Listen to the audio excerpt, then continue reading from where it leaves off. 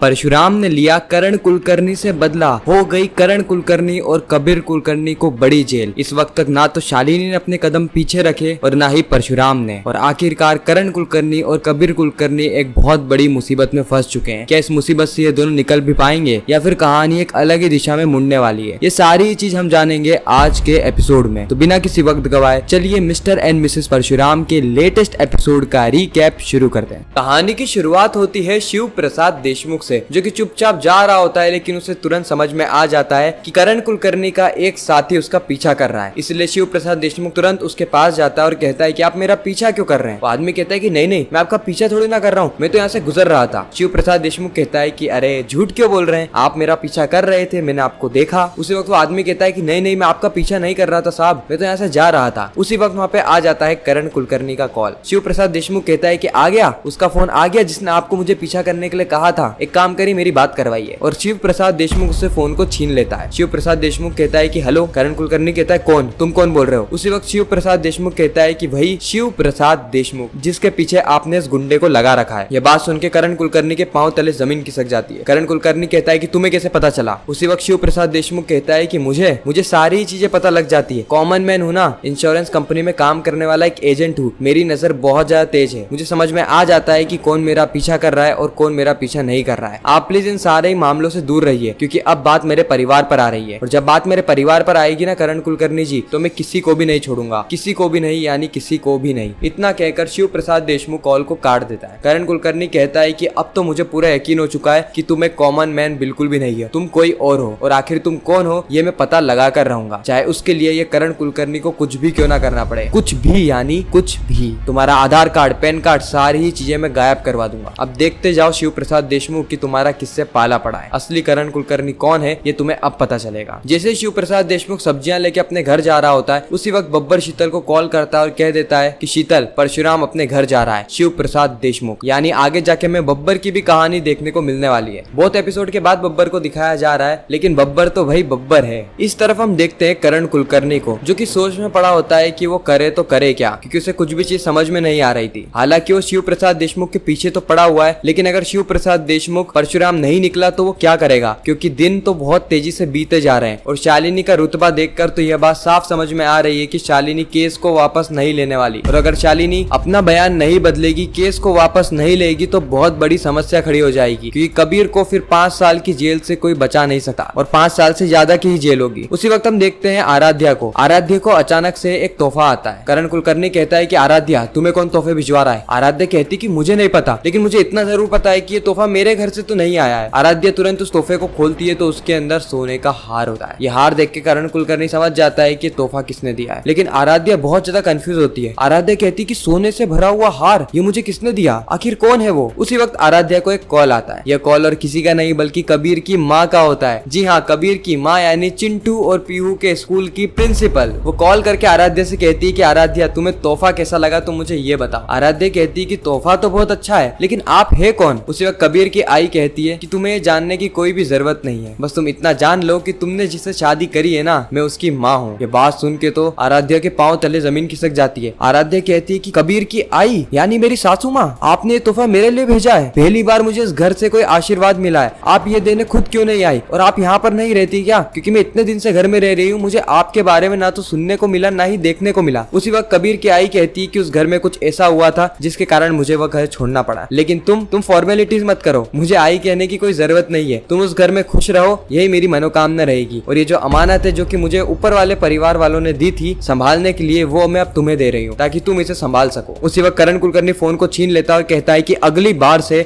आराध्या को या कबीर को कॉल करने की कोशिश मत करना। मुझे यह भी पता चला है कि तुम कबीर से मिलने के लिए जेल के पास गई थी, लेकिन जेल के बाहर जाना तुम्हारे लिए सख्त मना है, यह बात याद रखना, नहीं तो करण कुलकर्णी को तो तुम बहुत अच्छे से जानती हो ना। करण कुलकर्णी उसे धमकी दे रहा होता है चिंटू और पीहू को स्कूल से भी निकालने के लिए, लेकिन वह अपनी चीजों पे कायम रहती है। वो कहती है कि चाहे कुछ भी क्यों ना करना पड़े, लेकिन चिंटू और पीहू स्कूल से नहीं निकलने वाले, उनको टीसी नहीं मिलेगी, मैं स्कूल की प्रिंसिपल हूँ ना, मैं उन्हें टीसी दूंगी ही नहीं। इतना कहकर वह कॉल को काट देती है। खैर अगले ही सीन में हम देखते हैं चिंटू को। चिंटू इस वक्त तक मस्त ड्राइंग बना रहा होता है, क्योंकि चिंटू को ड्राइंग बहुत ज्यादा पसंद है। खैर उसी वक्त बाहर से जोर जोर से आवाज आने लगती है कि गेट खोलो चिंटू, गेट खोलो, तुम्हारे पापा शिव प्रसाद देशमुख ने तुम्हारे लिए कुछ भिजवाया है। ये सारी बातें सुन के चिंटू चमक जाता है। चिंटू कहता है है कि पा ने कुछ भिजवाया है, लेकिन पा तो कुछ भी चीज नहीं भिजवाते, वो तो खुद ही लेकर आते हैं ना। लेकिन इन सारी चीजों के बावजूद भी चिंटू बाहर जाता है गेट को खोलने के लिए, और यह चिंटू की सबसे बड़ी गलती थी। चिंटू को ऐसे गेट नहीं खोलना था, ये जानते हुए कि घर में उसके अलावा कोई भी नहीं है, लेकिन फिर भी वह गेट को खोल लेता है। जिसे ही वह गेट को खोलता है, बाहर दो जने मौजूद होते हैं जो कि कहते हैं कि तुम्हारे पा ने ये भिजवाया है। चिंटू कहता है कि मेरे पा इतना सारा सामान नहीं भिजवा सकते, उनके पास पैसे नहीं है ना, वो गरीब हैं। लेकिन वह लोग चिंटू की बात सुनते नहीं है और तुरंत घर के अंदर घुस जाते हैं, क्योंकि यही तो वो दो गुंडे हैं जो कि शिव प्रसाद देशमुख का आधार कार्ड और पैन कार्ड चुराने के लिए आए थे। साथ ही जितने डॉक्यूमेंट्स मिल सके वो सारे डॉक्यूमेंट्स लेने के लिए आए होते हैं। इनको भेजा था और किसी ने नहीं बल्कि करण कुलकर्णी ने,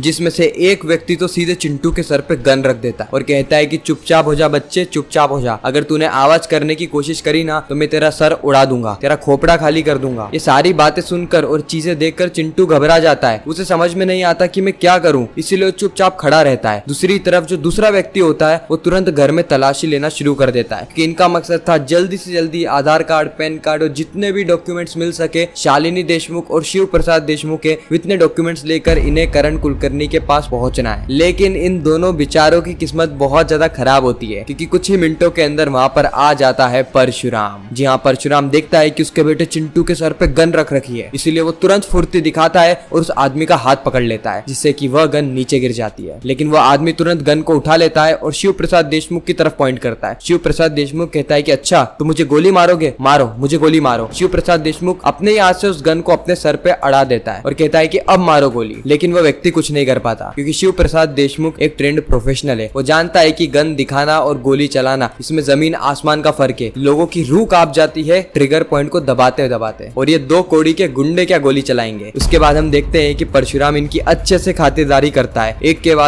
बाद एक ऐसी उठक पटक मारता है कि इनकी हड्डियां तक चूर चूर हो जाती है, और दूसरे व्यक्ति को तो परशुराम गोली तक मार देता है। चिंटू ये सारी चीजें वहां पे खड़ा होकर देख लेता है। परशुराम समझ जाता है कि नहीं, उसे इतना एक्सट्रीम नहीं जाना चाहिए था, इसीलिए चिंटू के पास जाता है, उससे गले मिलता है। वो कहता है कि डरने की कोई बात नहीं है बेटा, तुम डरना मत, किसी भी कीमत पे मत डरना। परशुराम जब उनकी खातिरदारी कर रहा होता है, उसी वक्त हम देखते हैं कि चिंटू उन दोनों में से किसी एक के फोन को उठा लेता है, और सामने व्यक्ति और कोई नहीं बल्कि करण कुलकर्णी था। चिंटू कहता है कि आप वो खराब दुष्ट नाना जी है ना, जिसने मुझे फोन किया है, आप ये सब क्यों करवा रहे हैं, आपको ये सब नहीं करवाना चाहिए था। ये बातें सुनकर तो करण कुलकर्णी के पांव तले जमीन खिसक जाती है, क्योंकि करण कुलकर्णी समझ चुका होता है कि उन दोनों ने अपना काम नहीं किया, जरूर वहाँ पर कुछ ऐसा हुआ है जो कि मुझे जानना बहुत ज्यादा जरूरी है। खैर इतने में तो चिंटू कॉल को काट देता है, और इस तरफ हम देखते हैं शिव प्रसाद देशमुख को, जो कि बलराम को कॉल करके सारी चीजें बता रहा होता है कि वो जल्दी से जल्दी अपने टास्क फोर्स भेजे और इस घर में से गुंडों की सफाई करवाएं, क्योंकि यह दो गुंडों ने बहुत बड़ी गलती कर दी। करण कुलकर्णी के कहने पर ये मेरे घर में घुसकर आ गए, मेरे घर में, शिव प्रसाद देशमुख के घर में, परशुराम के घर में। इनकी खातिरदारी तो करनी पड़ेगी ना बलराम। बलराम कहता है कि भाऊ तू टेंशन मत ले, तू बिल्कुल भी टेंशन मत ले। उसके बाद हम देखते हैं कि इन दोनों को स्पेशल टास्क फोर्स के ऑफिस में ले जाया जाता है, जहाँ पर ये चारों ही लोग मिलकर इन दोनों की अच्छी से सुताई करते हैं और कहते हैं कि तू अपना स्टेटमेंट लिख कि तुझे करण कुलकर्णी ने भिजवाया था, और ये दोनों ही व्यक्ति अपना स्टेटमेंट लिख देते हैं। और इसी के साथ ही खूबसूरत एपिसोड यहीं पे समाप्त होता है। आपको ये रिकैप कैसा लगा कमेंट सेक्शन में जरूर बताना। मैं मिलता हूँ किसी नेक्स्ट इंटरेस्टिंग वीडियो में, जब तक के लिए गुड बाय।